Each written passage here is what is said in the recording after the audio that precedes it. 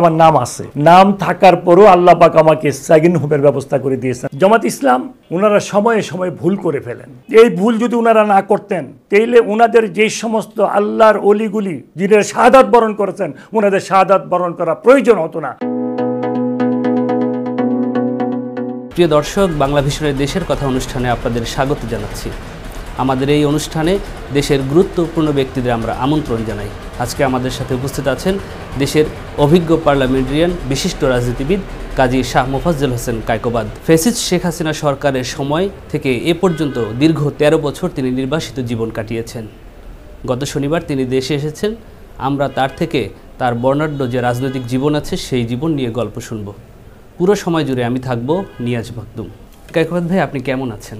আলহামদুলিল্লাহ রাব্বিল আলামিন। আল্লাহ পাকের রহমত দয়ায় আল্লাহ পাক আমাকে কি বলবো, আমার কোনো ভাষা নেই বলার। আল্লাহ যেমনিভাবে আমাকে মায়ের পেটে রেখেছিলেন, লালন পালন করেছেন, তেমনিভাবে এই 13টা বছর আল্লাহ পাক আমাকে রেখেছেন। আপনি এই যে দীর্ঘ 13 বছর নির্বাসিত জীবন কাটিয়েছেন, কোন কোন দেশে ছিলেন আপনি?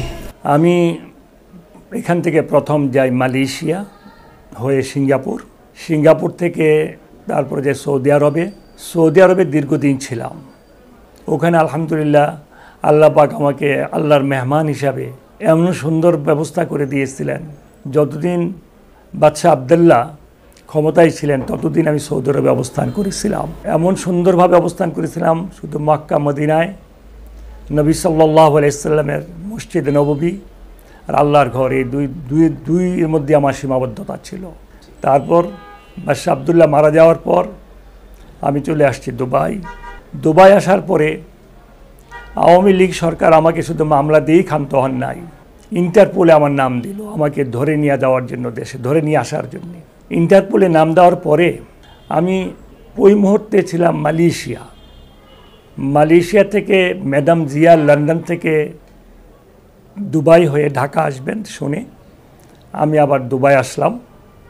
দুবাই এসে ম্যাডাম জিয়াকে রিসিভ করে ওনাকে আবার প্লেনে উঠাই দিলাম, এয়ারপোর্টে উঠাই দিয়ে যখন আমি ইমিগ্রেশন ক্রস করতেছিলাম তখন আমার কার্ড কাজ করতেছিল না।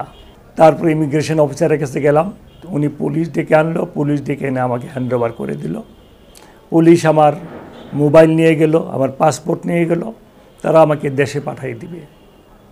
আমি জিজ্ঞেস করলাম আমার অপরাধ কী? বলে যে তুই দেশে এমন জঘন্যতম কাজ করে আসছস যেই জন্য তো দেশের সরকার ইন্টারপোলের মাধ্যমে আমাদেরকে বলেছে তোকে দেশে পাঠাই দেওয়ার জন্য। তারা আমাকে তাদের হেডকোয়ার্টারে নিয়ে গেল, নিয়ে যাওয়ার পরে তারা সব রেডি করলো, আমাকে দেশে পাঠাই দিবে। আমি তাদেরকে বললাম আমাকে অজু করার একটু ব্যবস্থা করে দে, আমি নামাজ পড়ব। আমাকে অজু করার ব্যবস্থা করে দিল।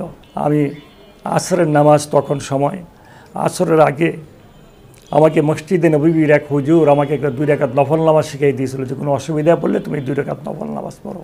আর আমার মা আমাকে কিছু দোয়া শিখিয়ে দিয়েছিল। আমি সেই অনুপাতে 2 রাকাত নফল নামাজ পড়ে সালাম ফিরে সাজদায় গিয়ে আল্লাহর কাছে বললাম যে আল্লাহ, তুমি তো আমাকে দেশ থেকে বের করে নিয়ে আসছো কুদরতিভাবে, তুমি আমাকে বাইরে অবস্থান করার ব্যবস্থা করে দিয়েছো।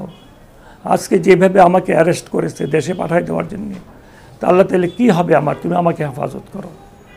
আল্লাহর কাছে কান্নাকাটি করার পরে আল্লাহকে সাক্ষী রেখে বলতেছি, যা করেছি তাই বলতেছি আমি, আল্লাহ তুমি আমাকে হেফাজত করো।